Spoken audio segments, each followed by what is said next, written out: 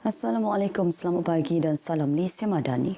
Bersama saya Lydia Yusrina Abdul Ilyas dalam Berita Pagi Sarawak. Yang di-Pertua Negeri Sarawak, Tun Dr. Wan Junaidi Tuan Ku Jaafar dan isteri Tuh Puan Fauziah Muhammad Sanusi menghadiri majlis rumah terbuka sambutan Tahun Baharu Cina yang diadakan oleh beberapa pemimpin di negeri ini. Ia merupakan kunjungan Tahun Baharu Cina buat julung kalinya setelah Tun Dr. Wan Junaidi dilantik sebagai Yang di-Pertua Negeri Sarawak pada 26 Januari lalu. Tidak ketinggalan menganjurkan rumah terbuka Tahun Baharu Cina, Tan Sri Dato' Patinggi Dr. George Chan Hong Nam, mantan Timbalan Ketua Menteri Sarawak.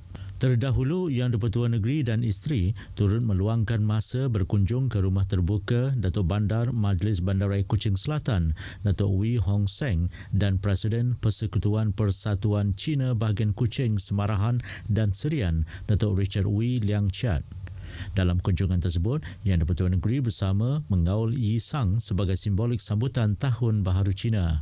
Sambutan turut diserikan dengan persembahan kebudayaan serta tarian singa. Sambutan Tahun Baharu Cina di Miri mendapat sambutan menggalakkan daripada masyarakat berbilang kaum dan agama dengan kehadiran mereka bersama masyarakat Cina bagi meriahkan rumah terbuka yang dianjurkan oleh Dewan Perdagangan dan Perindustrian Cina Miri MCCCI. Menurut ahli Parlimen Miri, Chew Chun Man, beliau yakin Tahun Naga ini akan membawa rahmat kepada masyarakat peniaga di Miri selepas berdepan dengan ekonomi agak mencabar pada 2023. Selamat Tahun Baru Cina.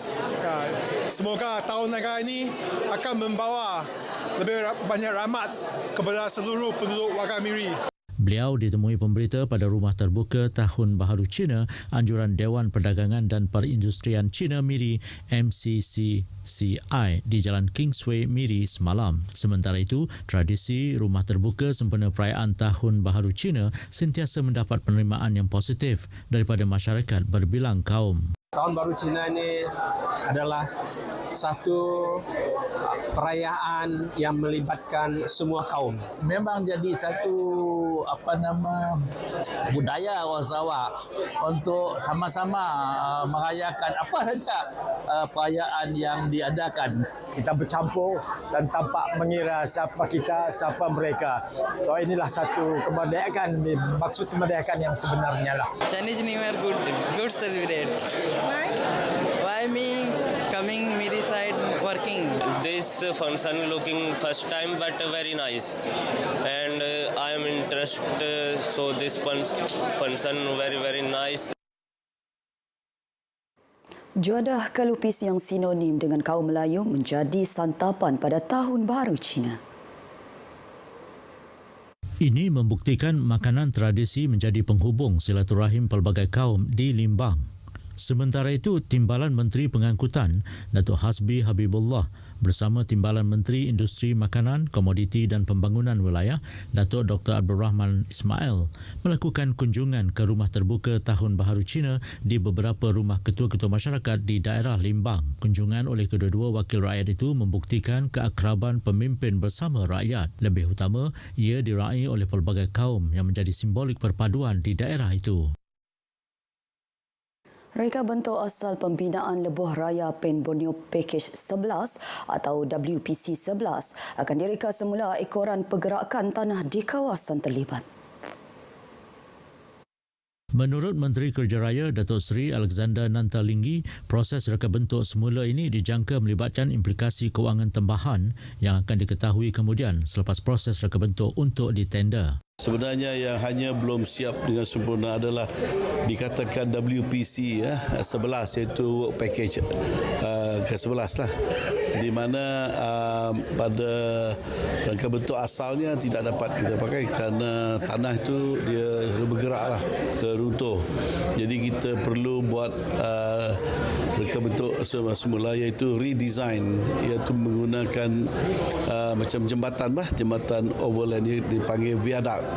Jadi sepanjang 300 meter panjangnya nanti. Jadi ini perlu kita buat dengan secara reka bentuk yang lain daripada asalnya, redesign.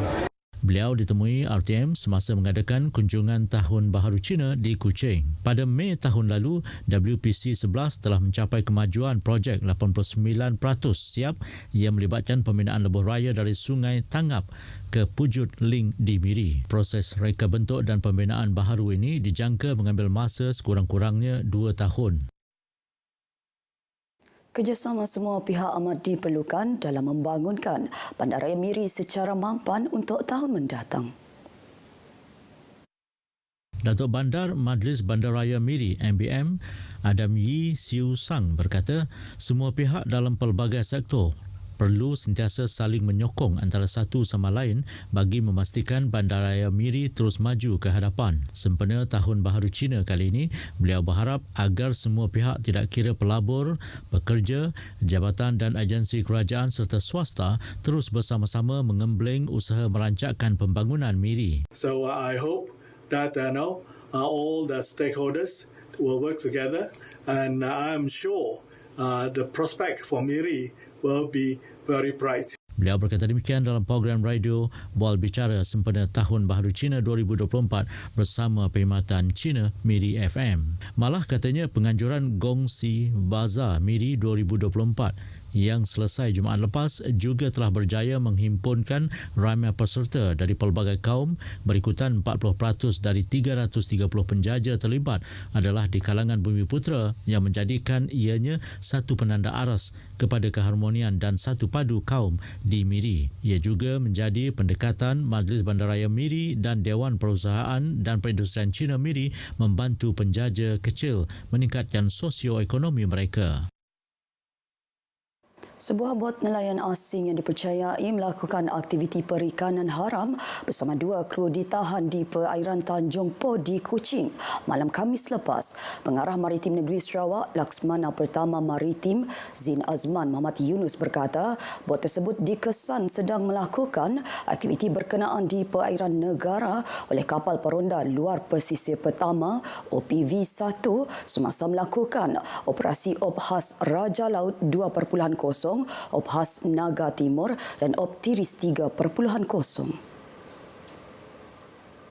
Dalam kenyataan, medianya semalam memaklumkan bot berkenaan dikendalikan 2 kru warga asing berumur 33 hingga 45 tahun yang tidak mempunyai sebarang dokumen pengenalan diri yang sah. Kedua-duanya telah ditahan kerana menceroboh perairan negara dan kes disiasat di bawah Seksyen 15-1-A Akta Perikanan 1985 iaitu menangkap ikan di perairan negara tanpa kebenaran Ketua Pengarah Perikanan Malaysia. Jika disabitkan kesalahan, tekong boleh dijatuhkan hukuman denda sebanyak 6 juta ringgit dan kru boleh didenda RM50,000 serta penjara 6 bulan hingga 1 tahun. Menurut Zain, pasukan Keladah berdepan kesukaran semasa melaksanakan tangkapan.